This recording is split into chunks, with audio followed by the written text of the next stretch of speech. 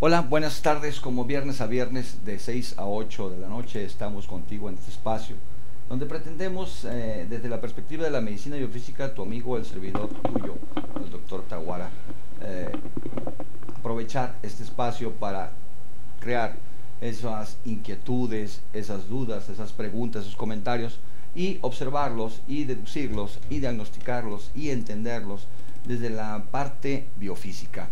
¿Qué es la biofísica? La biofísica es un conjunto de ciencias exactas, tales como la biología, la física y la matemática, que hace, no trata, hace y entiende los fenómenos con los que se ejecutan todas las funciones biológicas, orgánicas y eventos en este mundo, a través de condiciones fotoelectromagnéticas que se dan en cada espacio y en cada molécula y en cada conjunto de cosas.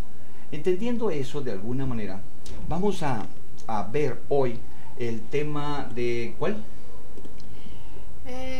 Enfermedades durante el embarazo. O enfermedades durante el embarazo, o más bien trastornos. Bueno, me imagino que los trastornos que en un momento pueden incurrir en el transcurso de una gestación, entendamos que los trastornos que se ejecutan durante una gestación tendrán por consecuencia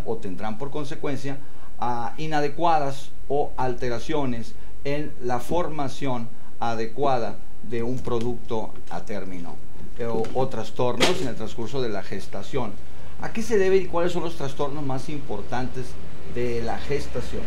Si ubicamos que una gestación se da aproximadamente en tantas semanas, en 9 meses, lo dividimos esos 9 meses en 3 trimestres, vamos a ubicar que cada trimestre en promedio tendrá en consecuencia la formación o la evolución de 3 placas germinativas, 3 placas germinativas embrionarias, de las cuales vamos a hablar someramente sin puntillar en mucho.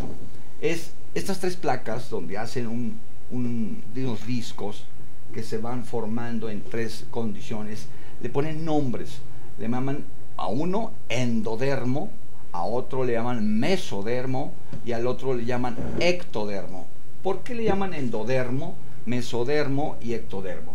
Bueno, cuando se evagina este disco o se hace una curvatura y envuelve hacia adentro en forma de tubo para formar un feto, vamos a entender entonces que la parte que quedó dentro le vamos a llamar endodermo, la parte medial le vamos a llamar mesodermo y la parte externa le vamos a llamar ectodermo.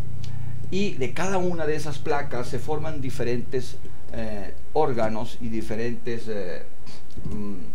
tejidos, en los cuales cada uno de ellos, en condiciones de evolución, va a tener en consecuencia, de acuerdo a las condiciones importantes en las que va evolucionando, un flujo de sangre y de linfa a través de un cordón umbilical, de un implante placentario, ocasionando con ello una constante retroalimentación de fluidos de mamá y este producto. Cuando estas condiciones se dan adecuadamente, pues se van evolucionando en los 3 trimestres de una manera adecuada los tamaños, las formas y las condiciones con las que va a evolucionar este embrión. Cuando se suscitan alteraciones importantes en la mamá en el transcurso de cada uno de los trimestres, va a tener diferentes alteraciones, obviamente, esta evolución. Las alteraciones más importantes, exceptuando las de desnutrición o afectaciones importantes fisiológicas de la mamá previo al embarazo, va a tener en consecuencia las más importantes o las más relevantes son las emotivas. Las emotivas vamos a diferenciar de forma sencilla las reacciones emotivas en las que cualquier ser humano, no nomás mamá y menos una gestante, vamos a incurrir. ¿Y cuáles son las sensaciones más importantes emotivas? Bueno, las que van relacionadas con miedo, las que van relacionadas con coraje, las que van relacionadas con depresión y las que van relacionadas con ansiedad. Estas 4 van a ocasionar en consecuencia que mamá o que esta mujer gestante tenga importantes alteraciones en los neurotransmisores.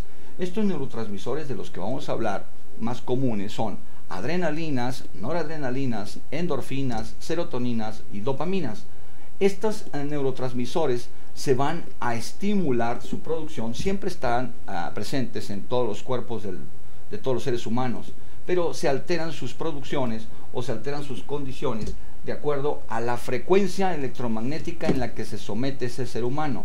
Esto en base a una perspectiva de pensamiento o idea que va a crear en consecuencia una alteración en la adrenalina.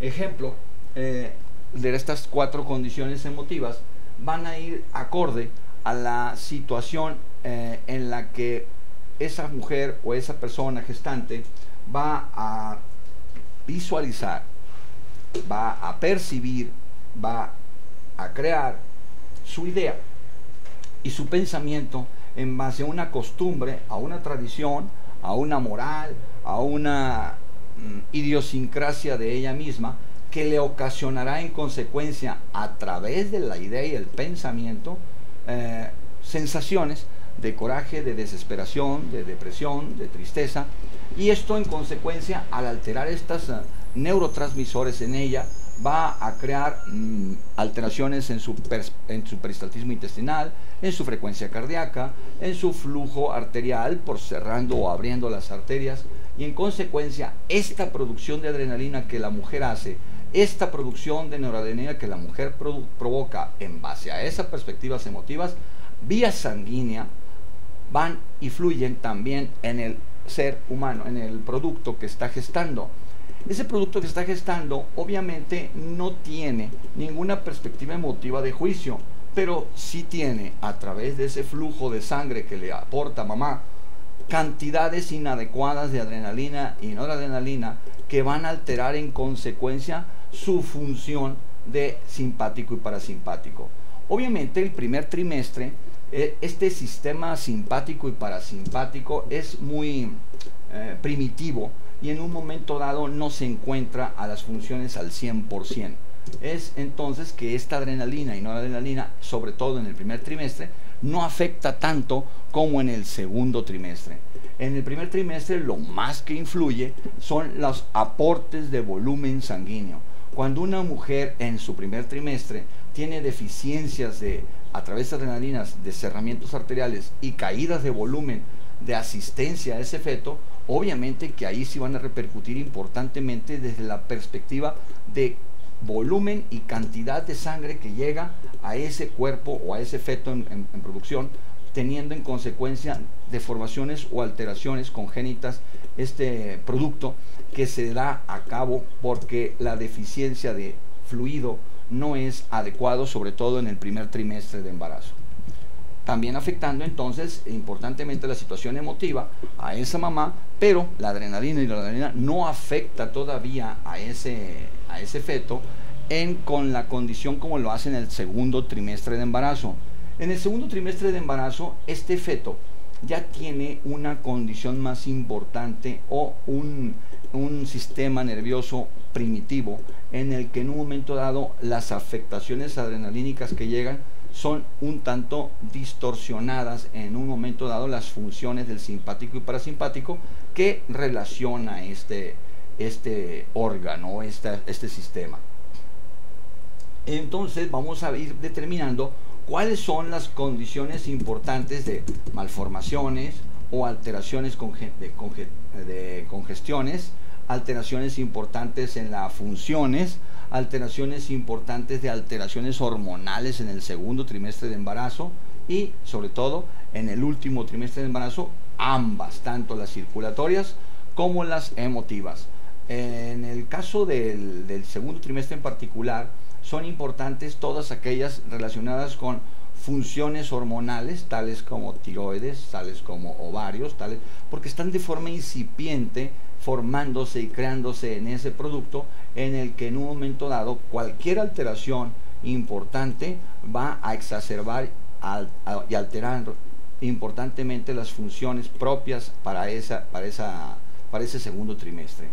Me gustaría que los que están aquí presentes, ya están algunas personas presentes, me gustaría que participaran con sus preguntas y sus dudas, puesto que el tema parece ser un tanto muy teórico, temático, y quisiera hacer un tanto más hincapié en las perspectivas emotivas con las que en un momento dado se están afectando a este tipo de circunstancias, adjunto a las fisiológicas. Pero es importante que de aquel lado haya preguntas para que, de acuerdo al tema, porque es un tema muy amplio, de todo un embarazo, toda una gestación, es importante que vayamos aseverando o aterrizando algunos puntos con respecto a sus dudas, preguntas o comentarios que tengan de aquel lado. Ok, ahorita lo abrimos. Okay. Bueno, nos está preguntando Estela que cuáles son los trastornos más comunes durante el embarazo. No, los trastornos más comunes en el embarazo son todos los que estamos mencionando. Okay. Todos los que estamos mencionando y sobre todo los emotivos. Normalmente una chica cuando se está en esa situación gestal empieza a ser un tanto más sensible a muchas circunstancias que cuando no se está embarazada. Y obviamente algunas situaciones comunes y triviales que ejercía fácilmente en el momento que no está gestando, al momento de estar gestando es un tanto más depresible, sensible, enojona, irritable, ansiosa, temerosa, y empiezan de alguna manera a alterar en consecuencia situaciones tan comunes como las de cómo vivo, qué pienso de mi vida, ¿Cómo me va a ir? ¿Cómo me va a ir? Porque piensan las mujeres así como de repente en su marasmo idiosincrático, como gestar y parir, como algo así como... si escuchan ustedes a las mujeres comunes, no, ¿cómo me va a ir? ¿Cómo le voy a hacer para parir? ¿Cómo le voy a hacer para educar, hacer crecer? Ya están pensando en la boda del la boda del niño, ya están pensando en la boda del niño. La graduación. ¿Qué va a llevar en la graduación? O sea, como que se adelantan mucho al tema. Y si se dan cuenta, todos esos sueños guajiros de cualquiera de ustedes son en vano, puesto que al último la boda de su hijo la realizará como le da su gana a él y no como ustedes pensaron. Claro, ahí empiezan los problemas, ¿no? Entonces, sí es muy importante para la señorita Estela. Sí. La pregunta es de cuáles son las más comunes. Todas, todo depende de cuál es la perspectiva emotiva en la que se vive más comúnmente en esa área, porque para algunos en unas áreas son más comunes unas que otras, ¿no? Por ejemplo, las alteraciones importantes congénitas o las que se derivan de la situación de la formación en un útero, tenemos las más comunes, los labios leporinos, los paladares hendidos, las espinas bífidas o faltas de cerramiento de la médula espinal. Tenemos las alteraciones de criptorquidias o tenemos alteraciones importantes testiculares en niños con cerramientos inadecuados de ureter.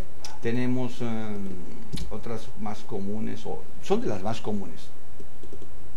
A la mente ahorita son las que se me ocurren. Y que nos pregunten alguna, ahí está el chat abajo de la imagen de cabina. ¿Están dormidos todos o qué pasa? Yo creo que están dormidos. Sí. Ok, bueno, pues hay que invitarlos a que hagan sus preguntas. Bueno, también preguntaban acerca del curso. Ok, aquí está Raquel. Raquel dice que está excelente el tema, que felicidades al doctor. Gracias, Raquel, pero ¿alguna pregunta, Raquel? No, todavía no. Ok, bueno, no sé si quiera comentar algo. Que me habías comentado que habían preguntado con respecto del curso. ¿Quién pregunta? El ingeniero Rodrigo del DF.